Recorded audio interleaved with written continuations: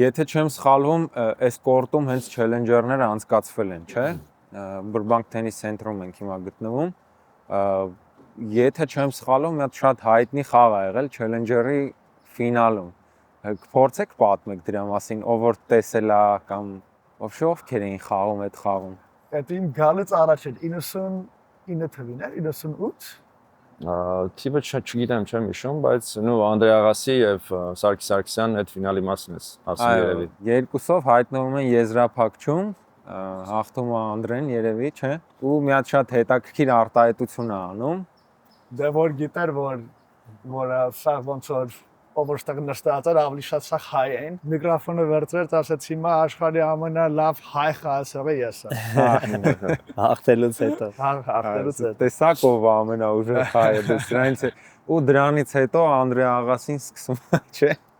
Բոլոր հայերի կողմից սիրվել, չնայած հաստատ սիրվել է մինչև էտել էլի։ Այդ մրցումը որ խաղաց իր վարկանիշը 141 էր, կարծեմ, որովհետեւ անկում ունեցավ, ինչ-որ մի պահ անկում ունեցավ, իջավ 60-ից հետ տեղել է, կարծեմ։ Ու ասում են, որ այս մրցումից սկսած, կոնկրետ էսենց այս կորտում, որ հաղթեց Սարգիս Սարգսյանին, որ նորից սկսեց վերելքը դեպի առաջի ռակետ եւ այլն։ Շատ եմ խորհուրդ տալիս Աղասի գիրքը կարդալ, ֆանտաստիկ պատմություն է, բիոգրաֆիա է իր կյանքի մասին ու կարիերայի։ Մեկ էլ ով որ գաղափար չունի թենիսից, իհարկե ինտերնետով շատ հեշտ է գտնել թե ով է Անդրեյ Աղասին, ինչ ուղի է անցել, բազմակի մեծ ավարտի մրցաշարերի հաղթող,